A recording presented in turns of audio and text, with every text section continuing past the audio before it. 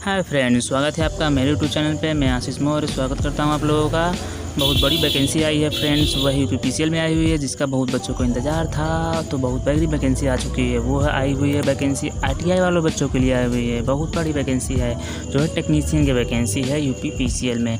तो फ्रेंड्स आइए short detail में उसके बारे में बात कर लेते हैं कि नोटिफिकेशन उसका कैसा आया हुआ है और क्या क्या आपको रिक्वायरमेंट उसके लिए चाहिए।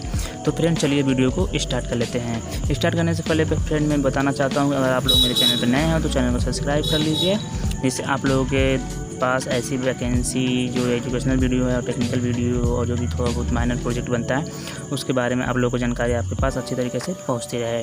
तो फ्रेंड चलिए वीडियो को स्टार्ट कर लेते हैं। तो फ्रेंड्स देखिए, यहाँ पे जो वैकेंसी आई हुई है विद्युत सेवा आयोग के थ्रू आती है। आप लोग जानते हैं कि जो उसकी जो वैकेंसी है यूपीपीसीएल की वो विद्युत सेवा आयोग ही निकालता है। तो यहाँ पे विद्युत सेवा आयोग के द्वारा आई हुई वैकेंसी है। यहाँ पे सीटों की संख्या कुछ इस प्रकार दी गई है। यहाँ पे जनरल के लिए दी गई है फ्रेंड्स 245 सीटें। देखिए यहाँ पे जनरल के लिए दी गई हैं 245 सीटें दी गई हैं, और ओबीसी के लिए दिया गया है, जो नॉन क्रीमी लेयर में आते हैं उनके लिए दी गई है आपका 164 सीटें। अनुसूचित जाति के लिए है 127, अनुसूचित जनजाति के लिए 12, और आर्थिक रूप से कमज़ोर सामान्य वर्ग यानी EWS, जो अभी हाल ही में मोदी जी ने 10% आरक्षण दिया गया उन लोगों को, तो EWS के लिए वैकेंसी आई है 60।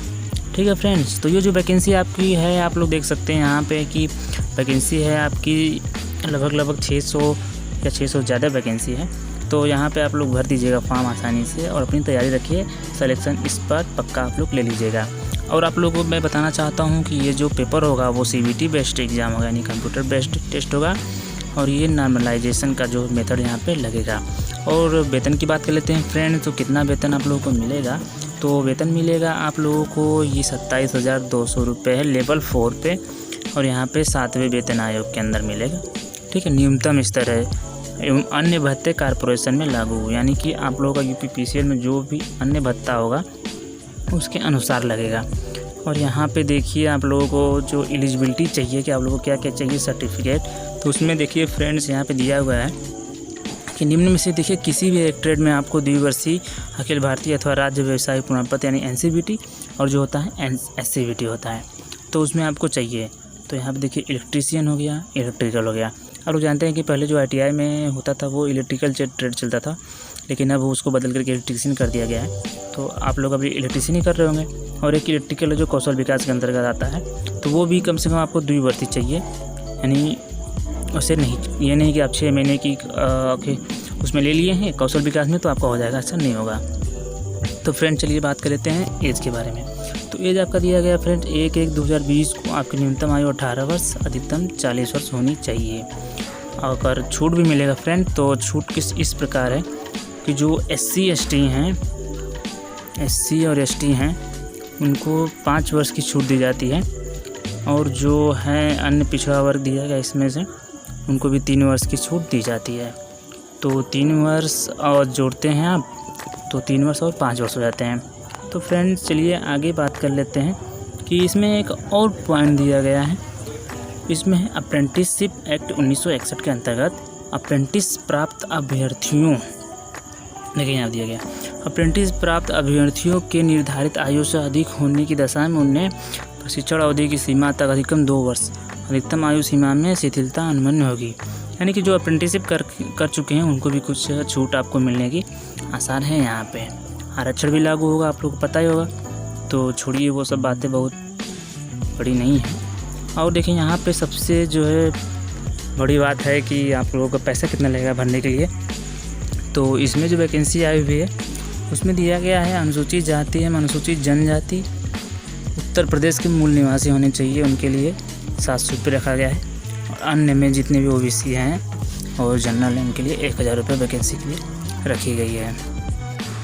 तो फ्रेंड्स आप लोगों को पता चल गया कि यहाँ पे जो फॉर्म भरने का पैसा वो कितना लग रहा है, 1000 लग रहा है और 700 रुपये लग रहा था। अपने कैटेगरी के अनुसार आप लोग अपना फॉर्म भर दीजिएगा, वो नेट बैंकिंग के थ्रू हो जाएगा, चाहे तो आप यहाँ पे भर सकते हैं। क्योंकि यहाँ पे दिया गया है कि ये जो चयनित होंगे इनको लिए और क्या चाहिए, तो वो अलग बात है। लेकिन यहाँ पे देख लेते हैं कि आप लोगों को क्या चाहिए, जाति प्रमाण पत्र चाहिए, अंक पत्र चाहिए, मतलब जो भी आपका डॉक्यूमेंट है वो लगेगा। ये जो भी स्वतंत्रता सेनानी हैं या जो भी हैं सब कैटेगरी लगता है वो सब लगेगा आपका। तो फॉर्म सब आप लोग रेडी भरते समय आप लोग ज़रूर इसको याद रखिएगा। और यहाँ पे देख लेते हैं अन्य जो महत्वपूर्ण बातें हैं वो क्या है।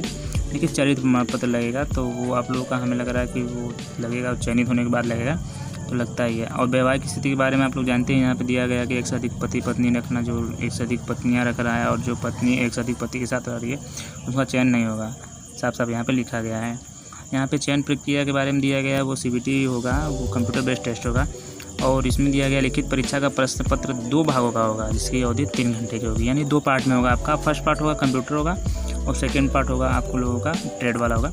तो देखिए जो कंप्यूटर दिया गया है वहाँ CCC लेवल का जो एग्ज़ाम पूछेगा आपको, उसके लिए दिया गया 50 क्वेश्चन होंगे और 20 क्वेश्चन आपको करने अनिवार्य हैं। अगर 20 क्वेश्चन आप नहीं कर पाते हैं तो आप क्वालिफाई नहीं किए जाएंगे और आप लोगों का जो पार्ट 2 होगा वो चेक नहीं होगा। तो आप लोगों के इसके नंबर जुड़ेगा ना, इसकी मेरिट से कोई फ़र्क नहीं पड़ेगा। आपको 50 में बस केवल 20 नंबर लाने हैं, आप लोग किसी तरीके से ला दीजिएगा। उसमें भी माइनस मार्किंग रखा गया है, यहाँ पे देखिए लिखा गया 25% रखा गया है माइनस मार्किंग। अर्थात जो लिया गया है अंक किस प्रकार कटेंगे, 1/4 कटेंगे, यानी 0.25 कटेंगे। तो आप लोगों को ज़्यादा समस्या नहीं है फ्रेंड, कंप्यूटर में मेन है। अगर कंप्यूटर आप लोग पास कर पाएंगे तो आप लोगों का सेकंड चेक होगा, ना वरना नहीं चेक होगा। आप लोग ट्रेड में कितना भी अच्छा कर लेकिन कंप्यूटर में आपको क्वालिफाई होना ज़रूरी है। चलिए बात कर लेते हैं सेकंड पार्ट के बारे में। जो दूसरा पार्ट है फ्रेंड्स, उसमें आप लोगों का दिया गया है कि उसमें जो क्वेश्चन होंगे कुछ इस प्रकार होंगे। उसमें आप लोगों का 200 क्वेश्चन होंगे। देखिए यहाँ पे दिया गया सामान्य अध्ययन एवं तार्किक ज्ञान, जो जनरल GS होता है, उसमें आपको 20 क्वेश्चन पूछेगा। और सामान्य हिंदी जो हाई स्कूल स्तर की होगी वो 15 क्वेश्चन रहेंगे और उसके एक नंबर निर्धारित किए गए हैं। देखिए तीसरे नंबर पर दिया गया है हाई स्कूल की जो है सामान्य अंग्रेजी रहेगी, वो 15 क्वेश्चन आएंगे। और यहाँ पे तकनीकी विषय ज्ञान आपको जो इलेक्ट्रीशियन में जो भी आप लोगों का ट्रेड है उसमें जो आपको 150 क्वेश्चन पूछे जाएंगे, ये सबसे महत्वपूर्ण है। और इसी 200 क्वेश्चन पे मेरिट बनेगी, आप लोग इसके अनुसार तैयारी रखिएगा। तो फ्रेंड्स यहाँ पे देखिए दिया गया है कि यहाँ पे नोट दिया गया है, चयन हेतु द्वितीय भाग की परीक्षा में कम से कम 33.5% अंक पाना अनिवार्य होगा। अर्थात ऐसे अभ्यर्थी जो 67 अंक से कम अंक प्राप्त करेंगे वे चयन प्रक्रिया से बाहर हो जाएंगे। तो इसका मतलब ये मत समझिएगा आप लोगों को कि 67+ आप लोग ला देंगे आप लोग वो टेक्नीशियन बन ही जाएंगे, ऐसा नहीं है। कम से कम इतना क्वालिफाई करना ज़रूरी है। कहने का मतलब जो मेरिट बनेगी ये इससे एवं भी बनेगी, तो आप लोग क्वालिफाई करना ज़रूरी है, तो आप लोग उसके अनुसार तैयारी रखिएगा।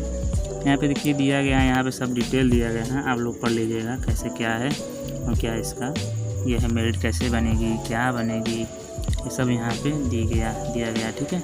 और इसमें एक पॉइंट और ध्यान रखिएगा, देखिए यहाँ पे दिया गया है उपरोक्त निर्धारित 200 अंकों की परीक्षा में 2 या अधिक अभ्यर्थियों के समान अंक पाने की स्थिति में उस अभ्यर्थी का नाम ज्येष्ठता सूची में ऊपर होगा जिसके द्वारा अप्रेंटिसशिप की गई हो। यदि 1 से अधिक अप्रेंटिसशिप के अभ्यर्थी पात्र होंगे तो अधिक उम्र वाले अभ्यर्थी को वरीयता दी जाएगी। जैसा कि हर जगह नियम लगता है, तो मान लीजिए कि 2 अभ्यर्थियों का सेम नंबर आता है तो उनमें से इनको चुना जाएगा जिन्होंने अप्रेंटिसशिप किया है। अगर 2 लोग अप्रेंटिसशिप किया, दोनों लोग के समान अंक है, तो जिनकी उम्र ज़्यादा होगी उनका चयन पहले हो जाएगा और बाकी को डिस्क्वालीफाई। देखिए यहाँ पे और भी है, परीक्षा की जो जगह हैं वो क्या है, लखनऊ, बरेली, गाज़ियाबाद, नोएडा, गोरखपुर, वाराणसी, मेरठ एवं कानपुर शहरों में होगी। इसको आप बदल भी सकते हैं,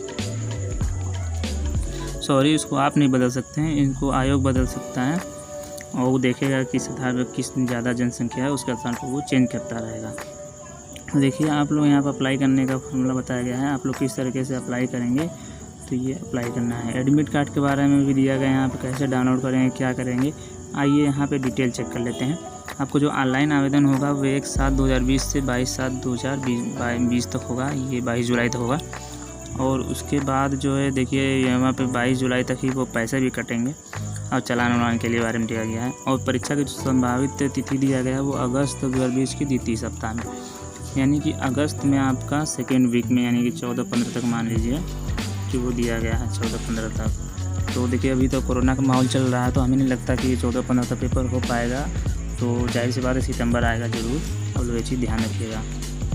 फिर देखिए आगे चलते हैं फ्रेंड्स, अब ज़्यादा कुछ नहीं है, यहाँ पे नॉर्मलाइजेशन का फार्मूला बताया गया है कि किस प्रकार से नॉर्मलाइजेशन होगा, तो इसको आप लोगों को ज़्यादा डिटेल पढ़ने की ज़रूरत नहीं है, आप लोग बस अपना फोकस करिए पढ़ाई पर।